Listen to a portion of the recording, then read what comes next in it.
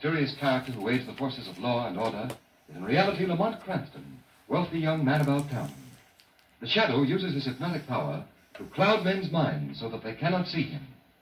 Cranston's friend and companion, the lovely Margot Lane, is the only person who knows to whom the unseen voice of the Shadow belongs.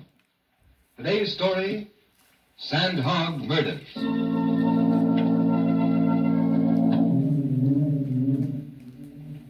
Deep under the river, knee-deep in glacial muck and slime, you'll find them. The Sandhogs, working under terrible pressure. Pressure beating against their eardrums. Pressure forcing little nitrogen bubbles into their bloodstreams. Pressure that causes death. Pressure that keeps the river out of the tunnel that men are building under the river. 100 feet under the river. How far did we go on their last shot? 27 inches, boss. Tighten those jacks next to the shield. Okay, boss. Here, Bransky speaking. Time? Okay. All right, men, that's all for today. Let's go. Hey, Mr. Pine. Want to get left down here? You better come along and get in the decompression chamber. I say, my head would hurt this, but when I feel sick, I can hardly move my head. That's the same complaint from all visitors to our little rabbit hole. Just give me your arm. Thank you. There we are. Come on, into the decompression chamber. Get the move on, all of you. Man, this shift is over with. Quit your beef. You get your pay regular, don't you? Yeah, what do you think? Okay, decompress. Decompressing.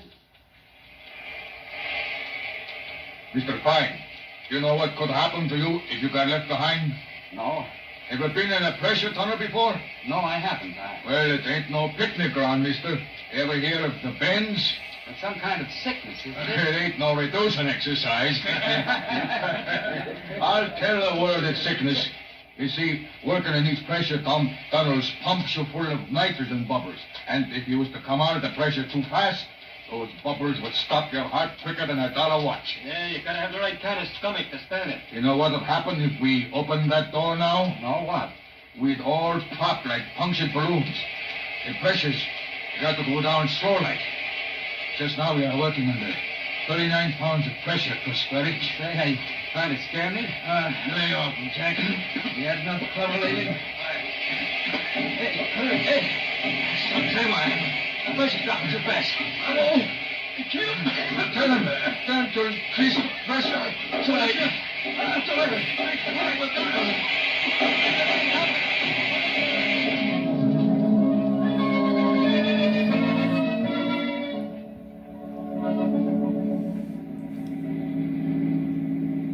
Come on. Did you read the comic strips this morning? They were very humorous. Winnie Winkle's in the hospital. Little Orphan Annie's house burned down, and Andy Gump was hit by a truck. Come on. I wonder why they call them funny papers.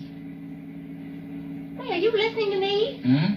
Listen, Mr. Cranston, you hadn't paid the slightest bit of attention to anything I've said to you for the last hour. I'm sorry, Margot, but that horrible business in the new intercity tunnel has been on my mind. What business? 8 men were killed in the decompression chamber yesterday. Decompression chamber? Something evidently went wrong. Pressure was lowered too suddenly, and they all died terrible deaths.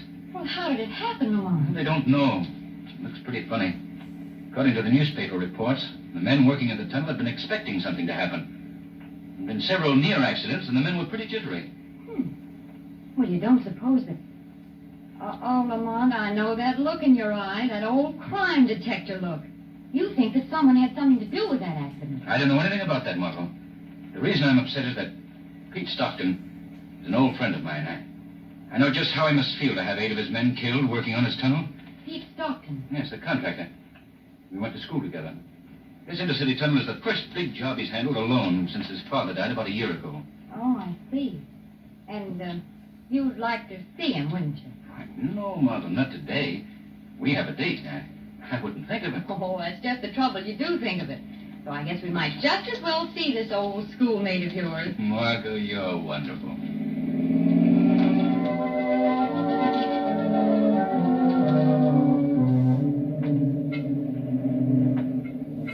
But about those men who died in the decompression chamber, Pete, how do you explain that? I can't explain it, Lamont.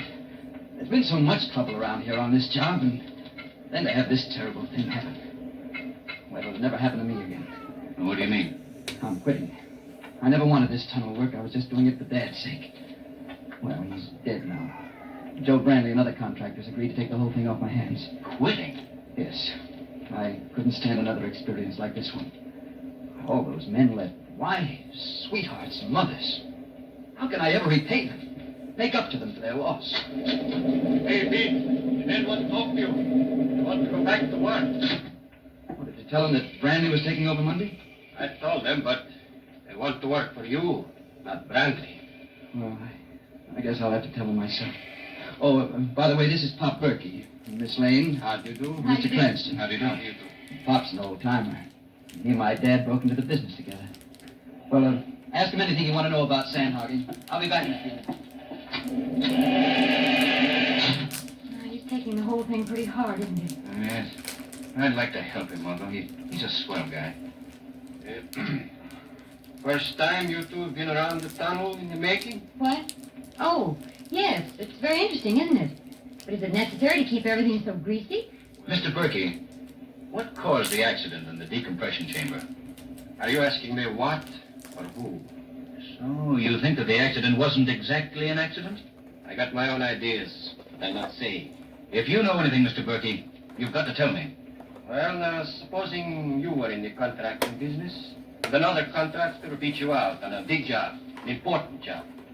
Wouldn't you try a couple of little things to get the job back? You call the murder of 8 men little things? Maybe you didn't want to kill the men in the decompression chamber. Maybe you just wanted to scare them so they'd be afraid to work for your right. What, to take a chance with men's lives? Lady, you don't know Joe Brandley. Joe Brandley? The man who's taking over the contract from Stockton? Yeah, and a dirtier man would be impossible to find. He wouldn't stop at anything. Looks like he won out pretty easy, don't it? Pete studied the contract offered to him Monday. Well, he hasn't won yet. Pop Berkey, if you see anything suspicious happening around here, I want you to call me immediately. You understand? Right. Come on, Margot. We'll stop that fella Bradley. Margot, I think the Shadow is going to pay a call on a certain Mr. Brandley.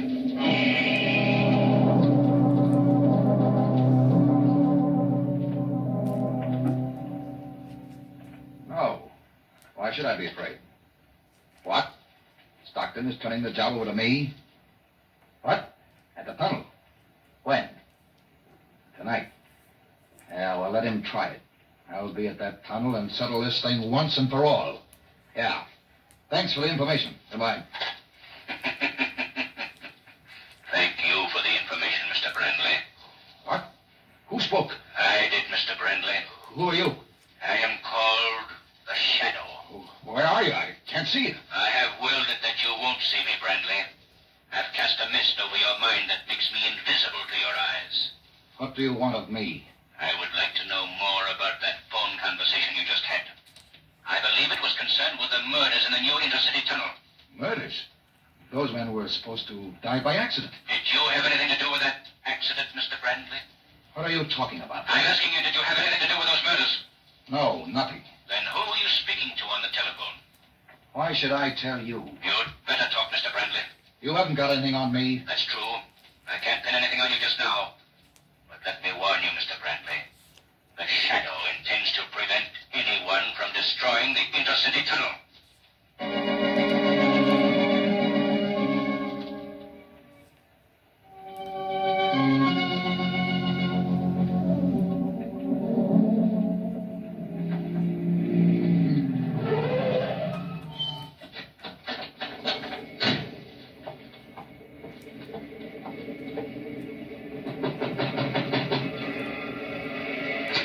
Hold there. Oh, it's you, Mr. Cranston. I couldn't see you in the dark. Yes, Pop Berkey. Oh, Mom, thank heaven you've come. Margot, what are you doing here at the tunnel? Well, I was waiting for you at your apartment, Mom, when Mr. Berkey called. You asked me to call you if anything suspicious was going on here. And something suspicious is going on here. There's someone down in the tunnel, Mr. Cranston. Yes, I know. I expected the killer would make his move tonight with the tunnel deserted. But what are you doing here, Margot? Well, I don't know, but I didn't know how to get in touch with you, so I thought I'd see what I could do in your absence. I left a note for you at your apartment, Lamont. Oh, am I glad you've come. The very idea of going down into that empty tunnel gives me the cold chills. Now, wait a minute, Margot. What were you expecting to do down in the tunnel? What was I expecting to do? Why, I was... Well, now that you mention it, What was I expecting to do? Margot, we're dealing with a desperate man. Do you realize what might be waiting for you down there? Mr. Cranston, he's down in the tunnel, all right? The elevator was at the bottom of the shaft when I came back from dinner. Berkey, what can he do to the tunnel? He could set a time bomb and blow it to pieces. Well, let's go. Where? We're going down into the tunnel, Margot, on a manhunt. You better wait here. All alone? We won't be gone long. Not me. I'd rather go down the tunnel. All right, then let's go. Where's the elevator, Berkey? Over this way. I have some boots for you to wear. It's a little muddy down below. All right. Yeah, step in, Margot. It's like going down into a coal mine, isn't it? Margot, have you ever been down in a coal mine? No, but this is the way I imagine it would be. Oh. How deep is this? What? This elevator shaft. About 100 feet or so. It isn't very deep. It's deep enough for me, thanks. This will take us down to the tunnel. What happened? We've arrived, Margot. That's all. That's enough. All right, step out. Look out for the mud and water. Better walk on the planks. Wait a minute. Flash your light around, Berkey. Well, no one here. All right, lead on, Berkey. Gloomy-looking place, isn't it? Sort of scary, too. You're just outside the tunnel now. All right, step in, Margot. Is this the tunnel? Not yet, lady. This is the decompression chamber. Oh, yes, the what? I'm not going in that thing. It's the only way we can get into the tunnel, Margot. Well, isn't that the place where those men were... Say, I don't think I'm going to like this. Come on, Margot. It's too late to back out now. Well, I'll get in, but it's under protest. Okay, Berkey. Shut the door. What's that hissing sound? That means that air is being pumped into this chamber. You're going under pressure. No, I don't like it. Your ears hurt, huh? The pressure. You'll get used to it. I don't intend to get used to it. It's necessary, Margot. You see, we've got to adjust the pressure in our bodies to the pressure in the tunnel before we can enter it. Well, pressure's even now. Ah, this is the tunnel. The river is right overhead, lady. Oh, it's so dark. Can you give us some light, Berkey? I wouldn't want someone sneaking up behind me in the dark. Yeah, that's better. Things get muddy down here. Now what, Mr. Berkey? Now we'll take a look around. Knowing you, Lamont, certainly gets me into the darndest places. You're not sorry, are you? No, but I do wish Hey, that... look. I'm going back to the decompression chamber to see that whoever it is don't try to slip out while you're looking toward the center of the tunnel. That's a good idea. We'll go on ahead. Come on, Margot. Come on. Do you think that was such a good idea? What? Sending him back to guard the exit. Suppose whoever it is down here overpowers him and locks us in.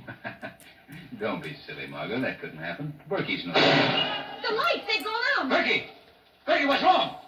Berkey! Come on, Margot. We've got to get out of here. I can't see anything, Lamont. I can't run in the dark. Over this way, Margot. Hey, give me a hand. All right. Here's the door. Let us out of here. Berkey! Berkey!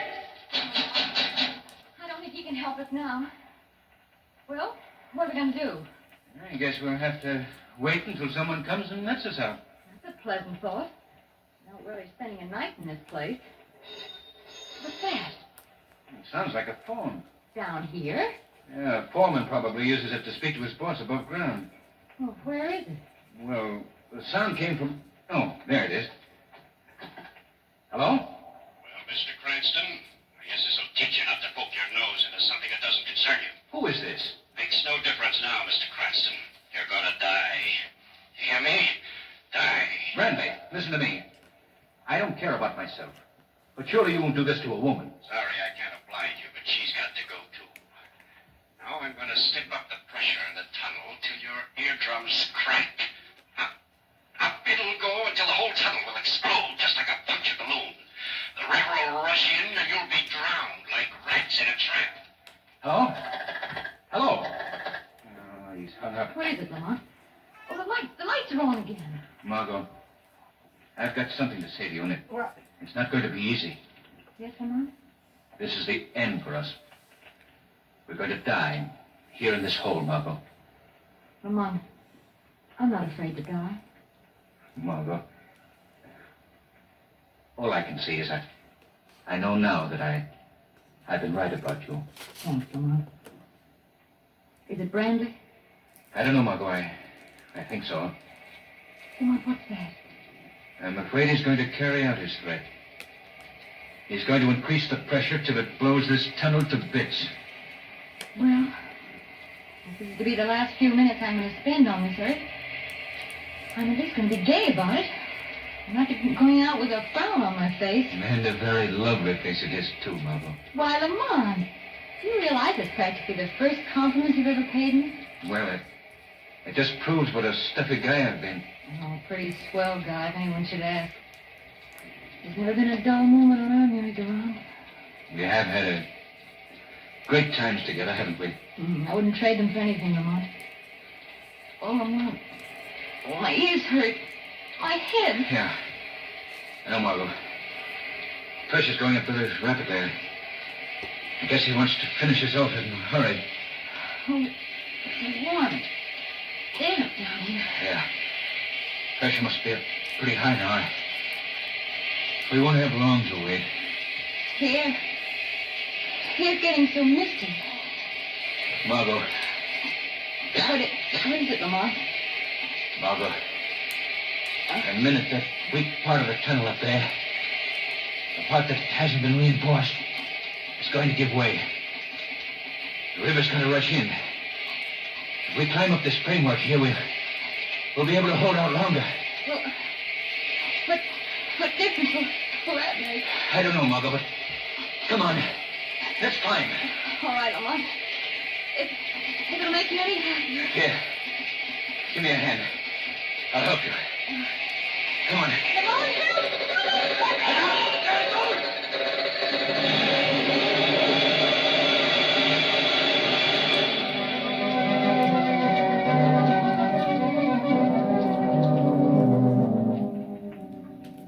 Well, Commissioner Weston, we pumped all the water out of the tunnel. Found no trace of Margot or Lamont's bodies. They must have been washed into the river. Yeah. You know, they were both personal friends of mine, too. Yes, I know. Well, that's the way it goes. Lamont was trying to help me. I was going to give up the whole job, Commissioner, but now I'm going ahead with it. If he thought that much of me, well... Yeah, I understand.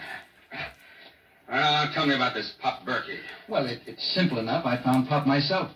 He was just outside the tunnel, unconscious from a blow on his head. How long have you known him? Well, he and my dad broke into Sandhogging together. Later, when a tunnel accident made Berkey unfit for work underground, my Dad always found a job for him up above. Ah. And, well, I sort of followed in Dad's footsteps. Well, this whole business proves one thing. That so-called accident in the tunnel where the 8 men were killed was no accident. I'll have my men stationed at the tunnel tomorrow when you go back to work. Oh, I'd appreciate it, Commissioner Weston. That's all right. You know, I'm going to miss that fellow, Cranston.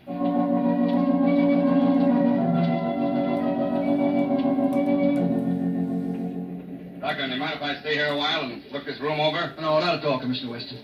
I've got to go down below in the tunnel and talk to the men. If anything happens this time... Nothing's going to happen, Mr. Stockton. Not while I'm here.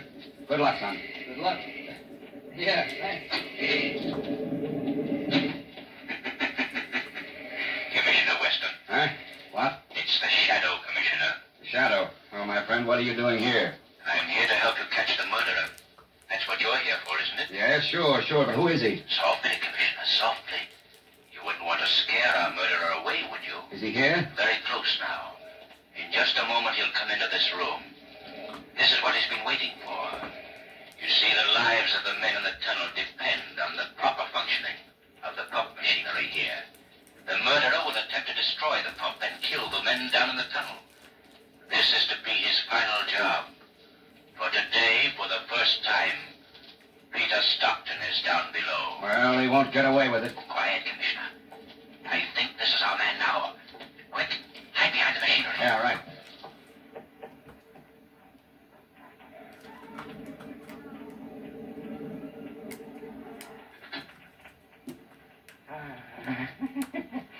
Here it is. The main induction valve. Now, Mr. Stockton, you're going to pay for what your father did to me. Listen, tell him! Again!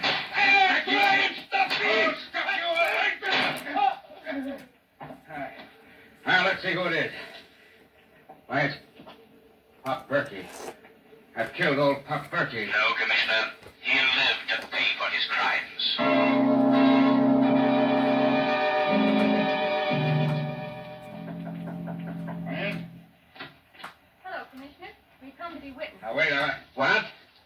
Dawson, and you, Miss Lane. I thought you were... Yes, I know, Commissioner, but... Well, I'll... Well, aren't you glad to see us? Oh, of course.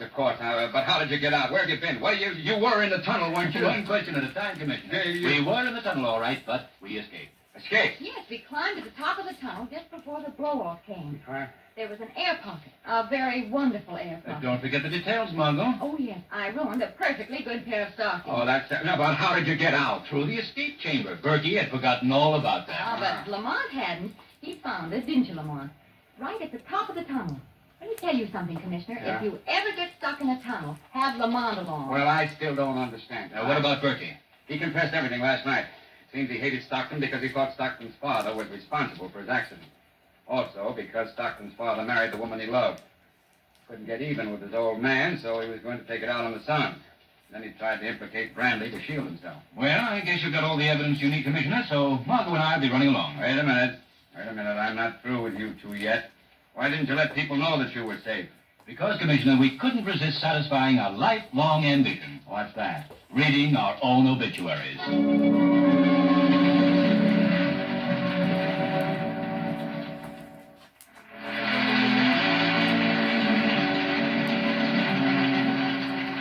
Today's program is based on a story copyrighted by the Shadow magazine. The characters, names, places, and plot are fictitious. Any similarity to persons living or dead is purely coincidental. The Shadow magazine is on sale at your local newsstand.